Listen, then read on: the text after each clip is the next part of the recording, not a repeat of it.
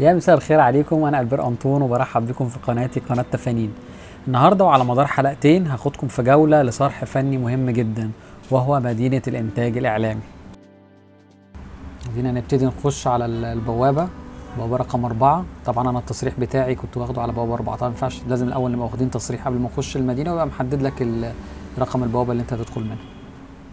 طبعا المساحه جوه شاسعه، المساحه بتوصل ل 2 مليون متر مربع. زي ما انتم شايفين في حوالي 18 استوديو في المكان، وزي ما احنا شايفين دي الاستوديوهات اللي موجوده. هو زي ما احنا شايفين القنوات بعيد هنا، حتى يعني زي نجوم اف ام، حتى القنوات الاذاعيه، الحياه الحمراء عندنا سي بي سي، عندنا النهار. تمام. وده المبنى اللي قصادنا، ده الاكاديميه الدوليه للهندسه وعلوم الاعلام. ده طبعا اللي قصادنا ده المبنى الاداري، المبنى الاساسي يعني. واهم بقى جزء بقى هنروح له دلوقتي هو مركز الترميم السينمائي. احنا كده دخلنا القاعه. هنا المكان ده اللي بيبتدي الافلام الخام تروح لهم، اللي هي الافلام ال35 بتاعت زمان، وبتبتدي تتنقى ويتنضف من الشوائب عشان خاطر تصلح للعرض مره تانية. هو دي اللي بنسمع يقول لك فيلم بعد الترميم. هنا زي ما انتم شايفين المكنه دي، الفيلم الخام بيتغسل بمواد معينه، وبعد كده بيتحط على المكنه دي عشان ينشف. يتغسل طبعا لو في مكان بصمات ايد او مكان داست، اللي هو لو في تراب مكانه او حاجات زي كده بيتنضف.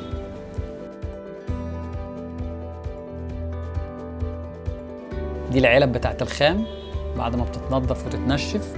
اهو دول الفنيين اللي ورايا دول. هنا بعد ما الفيلم المفروض يتنضف، بصوا هتلاقوا لابس كمامه وجوانتي في ايده، يعني برضه عشان حتى مش بعد ما يتمسح ويتغسل الفيلم يرجع يبصمه تاني. هو بيورينا كده عينه من فيلم هو شغال فيه. هتلاقوا دلوقتي، بصوا انا هقرب لكم الكاميرا اكتر عشان نشوف هو بيبص على الفيلم ازاي. شايفين هو بيحطه تحت الاضاءه كده، فبيشوف لو في بقى تجريح بقى، يبتدي بقى يعالجه بعجينه معينه تبتدي تتحط عشان تملى الفراغات اللي فيها التقطيع. يعني اول مرحله بيتنضف الفيلم في الجهاز اللي فات وينشف، وبعد كده هنا بيبتدي يبص لو في نقر في الفيلم او حاجه. وساعات في حاجه اسمها بكتيريا العفن، دي ساعات طبعا عشان الافلام دي قديمه وبتتخزن تخزين غلط مع الرطوبه، فبيبقى ساعات عليها بكتيريا وكده، فطبعا دي بتبوظ الصوره. فهو بيبتدي يتعامل مع الحاجات دي، لما بيقربها بيبتدي يشوف ايه المشاكل اللي في الفيلم ويظبطها. هنا الصوت، هنا بيعالج الصوت.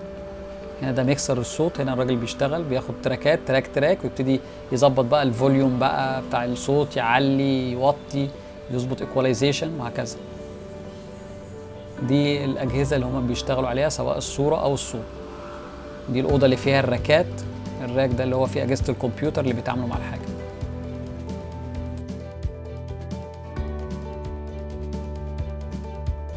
هنخش دلوقتي قاعه العرض عشان نشوف مثال حي للحاجات اللي اترممت، عشان نشوف الموضوع لايف يعني.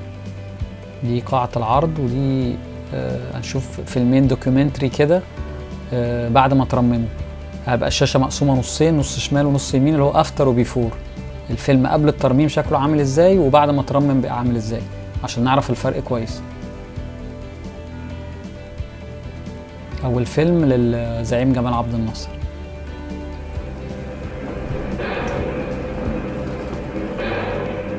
اسمه رحيل بطل ووداعه. زي ما انتم شايفين، اقرب لكم الكاميرا شويه عشان نشوف الفرق. شايفين الفرق بين الالوان.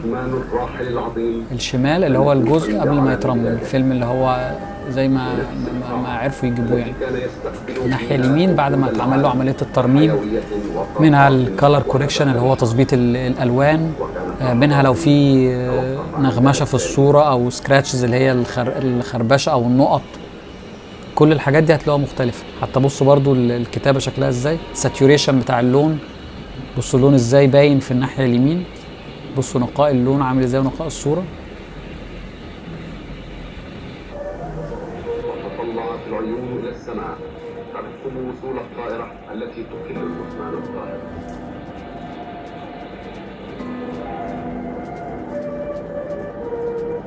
وحملت اوسمه ونياشين الرئيس الراحل الذي كان يتمتع بمكانه عالميه مرموقه. وبدأ موكب الجنازة الرسمية أمام مجلس قيادة الثورة. وتقدم المشيعين أبناء الفقيد وأسرته والملوك ورؤساء البعثات الأجنبية. كان وداع الشعب المصري والأمة العربية لأقوى المناضلين أروع من كل وصف. وهنشوف دلوقتي فيلم تاني ألوان. أعتقد الألوان هيبان فيه أكتر الكالر كوريكشن، تظبيط الألوان والترميم الفيلم. طبعا الفيلم هتلاقوه مختلف تماما، الناحية الشمال عن الناحية اليمين. طبعا اتشال منه لو في داست او في اللي هو الدوتس، النقط اللي محطوطه. كل ده يعني عايز اقول لكم ده مجهود الناس دي تشكر عليه. الافلام دي كانت زمانها دلوقتي مرميه مش عارفين فين، بس فعلا بذلوا مجهود عشان يطلعوا لنا بالصوره دي. في يوم السبت 19 من نوفمبر عام 77 بدأ الرئيس أنور السادات رحلة من أعظم الرحلات التاريخية في سبيل السلام إلى مدينة القدس. حبس العالم أنفاسه وهو يتابع خطى الرئيس السادات تهبط سلم الطائرة عندما وصل قائد السلام إلى مطار الليبي. ونروح دلوقتي على مكان تاني، وهو المكان اللي هو استوديو تسجيل الصوت. هنشوف المهندس الصوت بيسجل ازاي. داخلين دلوقتي الاستوديو ده، الكنترول روم ده اللي فيه مهندس الصوت بيبقى قاعد قصاده الميكسر الكبير ده، والشاشة دي عليها برنامج اسمه برو تولز، ده عشان يسجل التراكات بتاعت المزيكا. شايفين التراكات سواء الآلات أو المطرب. هنا في أورج ممكن يديله جايد يعزف له أو حاجة زي كده للمطرب. المطرب يبقى قاعد جوه، احنا كده في الكنترول تمام. هو بيبقى شايف الأوركسترا جوه، احنا كده هنخش جوه كده يا جماعة. احنا بينا جوه الكنترول اللي هو المهندس بقى قاعد جوه، واحنا قاعدين مكان الأوركسترا دي اللي هي اسمها بلاي روم أو اللي بيعزفوا فيه. شايفين المساحة هنا؟ الأوركسترا بيقعدوا كل واحد قصاده النوتة بتاعته بالتوزيع اللي المفروض يلعبوا في المزيكا. الارتفاع ده 11 متر. طبعا معزولة الأوضة دي، متبطنة تبطين يعني محترم، بحيث ان الصوت ميبقاش فيه ايكو او ريفيرب. هنا كل نوتة مختلفة بالتوزيع بتاعها. هنا هنشوف برضو ده المايك، مايكات الطوال على ستاند ده عشان ياخد من الآلات كلها، غير مايك منفصل لكل آلة لوحدها. وبكده حلقتنا تكون خلصت. استنوني الحلقة الجاية عشان نكمل الجزء الثاني من رحلتنا في مدينة الإنتاج الإعلامي. الحلقة الجاية هنشوف حاجات مهمة، منها هنخش استوديو دولبي أتموس، نشوف ايه التقنية دي ويعني ايه دولبي وبيسجلوه ازاي، وايه البرنامج اللي بيشتغلوا عليه المهندس الصوت. وهنتفرج على شوية لوكيشنز خارجي زي اللوكيشن وسط البلد، جاردن سيتي، الحارة الشعبية، وحاجات تانية كتير. لو الحلقة عجبتك ما تبخلش انك تعمل لايك وشير. شكرا.